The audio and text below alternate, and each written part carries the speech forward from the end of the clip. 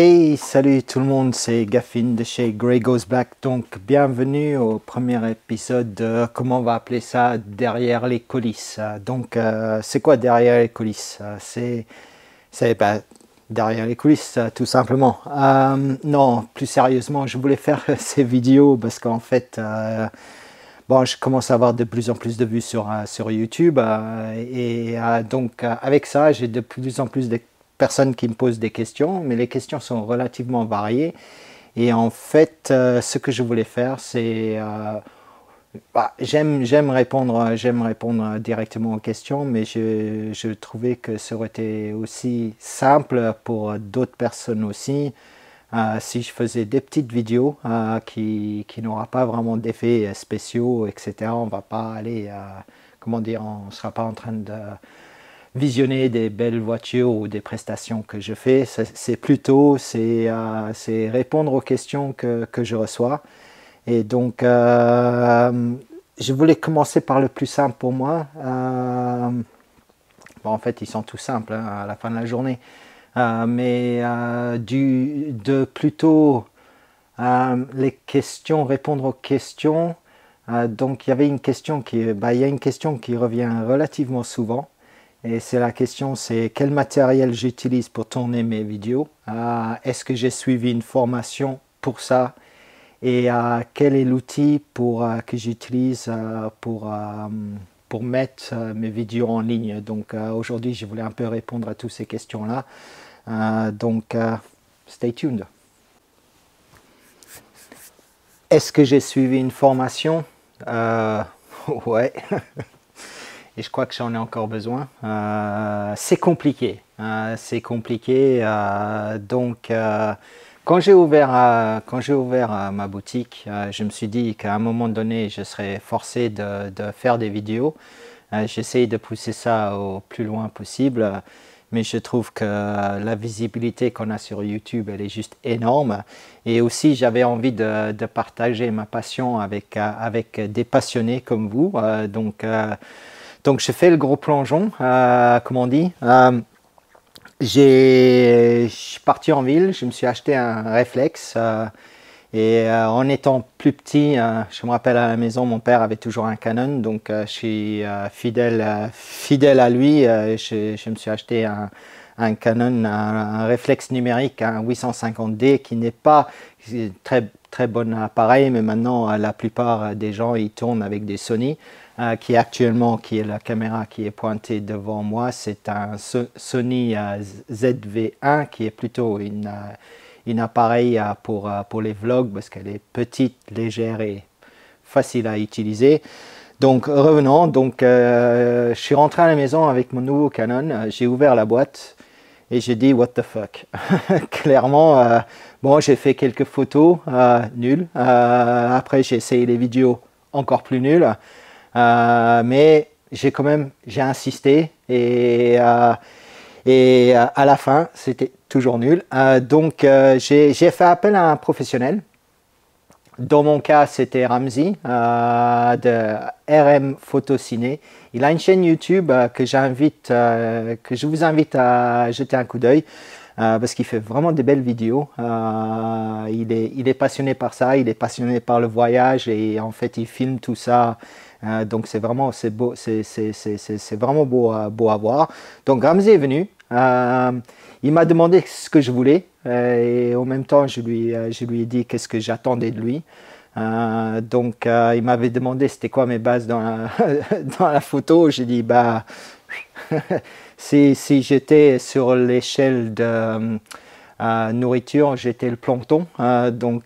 J'ai dit il faut vraiment qu'on commence dès le départ, ou du début. Donc ce qu'on avait fait, donc j'ai suivi quelques cours avec lui.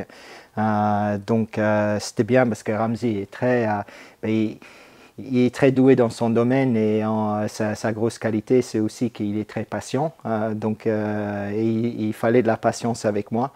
J'ai fait quelques formations avec lui, la mise en œuvre, comment tenir la caméra, sa fonctionnalité, etc.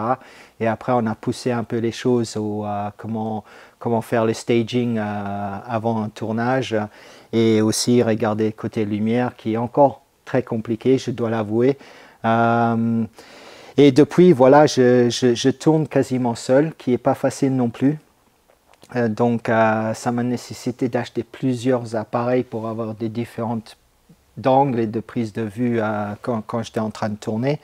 Mais Ramzi vient quand même ici au studio de temps en temps parce que Ramzi c'est quand même mon coach en photo. Donc voilà. Qu'est-ce que j'ai plus à dire là-dessus? Pas grand-chose. C'est que oui, à mes vidéos, ils sont encore très amateurs, mais ça c'est pas grave. Je prends plaisir aussi à tourner ces petites vidéos. Ça prend du temps, ça me prend énormément de temps. Et c'est pour ça que vous voyez assez souvent, je fais pas énormément de vidéos sur les prestats de mes prestations. Je le fais pour deux raisons. La première, c'est que ça prend énormément de temps. Et je suis plus dédié, focalisé sur la correction ou le travail que je dois effectuer sur le véhicule de mes clients que tourner des vidéos. Et beaucoup de ma clientèle vient du Luxembourg et ils sont un peu plus réservés quand il s'agit de mettre leur véhicule sur les réseaux. Même si je cache les plaques, ils ne veulent pas que leur véhicule apparaisse sur le web. Donc voilà, je vais un peu vous montrer un peu le matériel que j'ai et après voilà, bon, allez, ciao. Non, pas ciao parce que je vais faire quelque chose d'autre avec vous. Eh oui. Alors, en termes de caméra, j'en ai plusieurs. Donc on va commencer par la plus petite qui est le DJI Pocket. Voilà, le voilà. Je tourne pas beaucoup avec celui-là, mais l'avantage de celui-là, il est petit, donc c'est vraiment un passe-partout, mais il n'est pas étanche.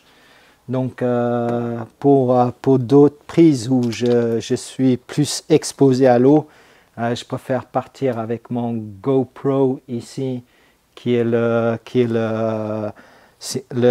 9, c'est le black. Donc ça c'est mes petits appareils. Et ensuite, pour vraiment les vidéos un peu plus loin, où je suis moins exposé à l'eau, voilà, il y a mon Canon 850D qui, là-dessus, actuellement, j'ai un objectif de 35 mm. Et il est monté sur un stabilisateur de la marque DJI, c'est le Ronin SC. Très pratique, il n'est pas très lourd et en fait on peut vraiment avoir des belles prises sur les véhicules. Donc ça c'est une des premiers que j'ai. Et ensuite j'ai le deuxième qui est ici. Attends, je vais juste là, qui est un peu plus lourde. C'est aussi un 850D, mais elle est montée sur un stabilisateur Zion, c'est le Crane 2CS. Et en fait, celui-ci, il peut supporter des objectifs un peu plus lourds.